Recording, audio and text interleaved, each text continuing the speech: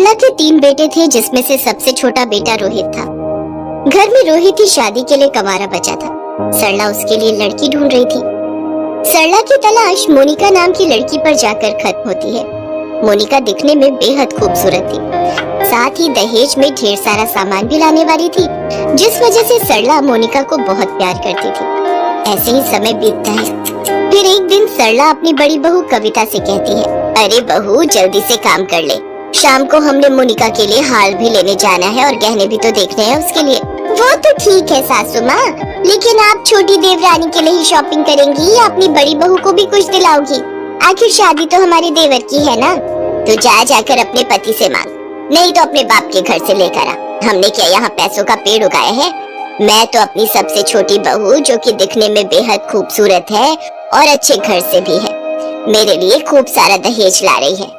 मैं तो उसको ही सब दूंगी। तूने तो मेरे लिए किया ही क्या है?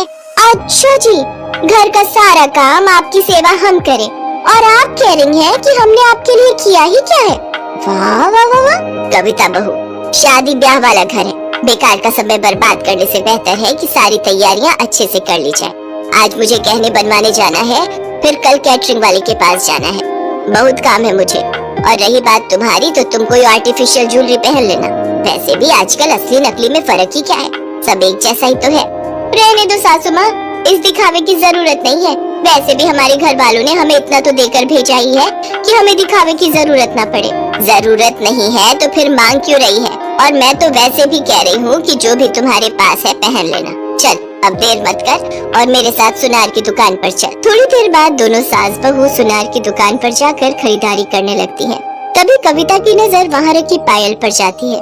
वो अपनी सास से धीरे से कहती है, सासू माँ ये पायल कितनी सुंदर लग रही है, प्लीज मुझे पायल दिला दो, मुझे और कुछ नहीं चाहिए। चुप रह, जब देखो कुछ न कुछ करना शुरू कर देती है।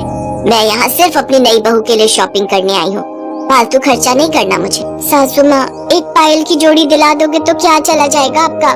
मैंने तुझे कितनी बार कहा है शांति से खड़ी रह। चल अब चुपचाप से मेरी हेल्प कर नई बहू के गहने लेने में। मैं तुझे यहाँ इसीलिए लेकर आई हूँ, और अगर तू मेरी ये हेल्प भी नहीं कर सकती तो तू यहाँ से जा सकती है। अकेली शॉपिंग कर लूंगी मैं। बेचारी कविता अपनी सास की बातें सुनकर चुपचाप खड़ी रहती है। शॉपिंग करके जब वो दोनों घर आती हैं, तो सरला की मंझली बहू तारा उससे कहती है, सासू माँ जब आप घर पर नहीं थी ना, तो एक साड़ी वाला आया था और आपको पता है उसके पास बहुत सुंदर कलेक्शन था।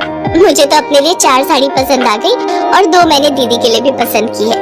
अरे वाह। अब तुम दोनों मुझे एक बात बताओ, शादी तुम दोनों की है या मोनिका की? हमें पता है सासू माँ कि मोनिका और देवर जी की शादी है, लेकिन हम दोनों भी तो उसकी जेठानियाँ हैं, तो हमारा सुंदर दिखना भी तो जरूरी है। शादी से 2 दिन पहले मैं तुम दोनों को एक साड़ी दिलवा दूंगी, लेकिन फिलहाल के लिए मुझे कोई फालतू खर्चा नहीं करना है।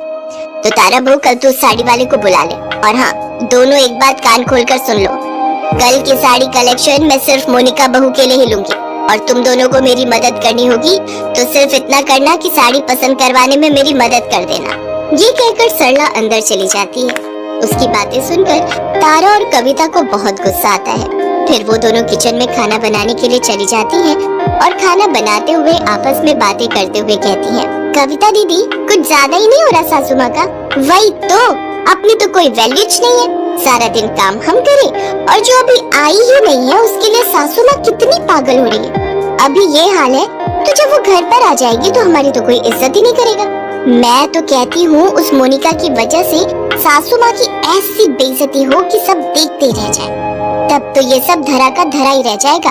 वैसे मेरे दिमाग में एक जबरदस्त आइडिया है, अगर सब कुछ प्लान के अकॉर्डिंग ही हुआ तो फिर तो मजा ही आ जाएगा। अच्छा ऐसी भी क्या बात है, मुझे भी तो बताओ। अच्छा ठीक है सुन। कविता तारा को सारा प्लान बताती है। बीत जाते हैं और शादी वाला दिन भी आ जाता है। कविता और तारा दोनों सज धज कर बारात में जाने के लिए तैयार हो जाती हैं। बारात मोनिका के घर पहुंचती है।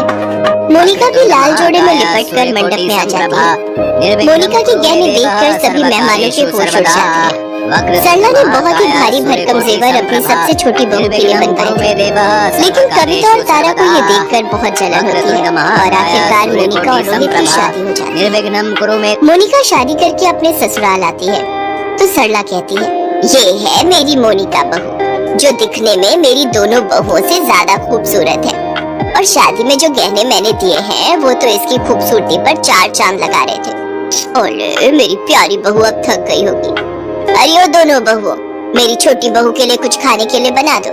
और मोनिका बहू, तू अपने कमरे में जाकर आराम कर, तब तक ये दोनों कुछ बना कर ले आएंगी तुम्हारे लिए। गुस्से में बड़बड़ाते हुए कविता और तारा किचन में चली जाती हैं और मोनिका के लिए खाना बनाती हैं। फिर वो दोनों खाना बनाकर मोनिका को खाने के लिए देती हैं, लेकिन खाना खाने के आधे घंटे बाद ही मोनिका को बहुत तेज दस्त लग जाते हैं। वो बार बार शौचालय आती जाती है। शाम को सभी रिश्तेदार मोनिका की मुंह दिखाई के लिए आते हैं, लेकिन तबीयत खराब होने के कारण वो बाहर नहीं जा पा रही थी। ये देखकर सरला बहुत गुस्सा होती है और वो मोनिका से जाकर कहती है, ये सब क्या है मोनिका?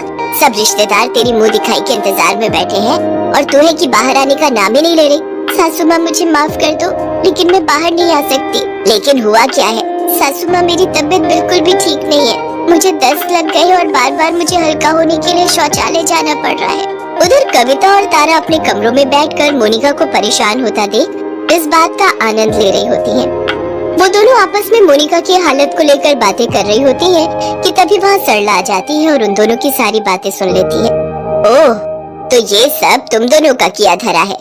बेशर्मो, तुम दोनों को जरा भी शर्म नहीं आई ये सब करते हुए? इस मोनिका ने तुम दोनों का क्या बिगाड़ा था? अरे नाराजगी तो मुझसे थी, इसकी सजा मुझे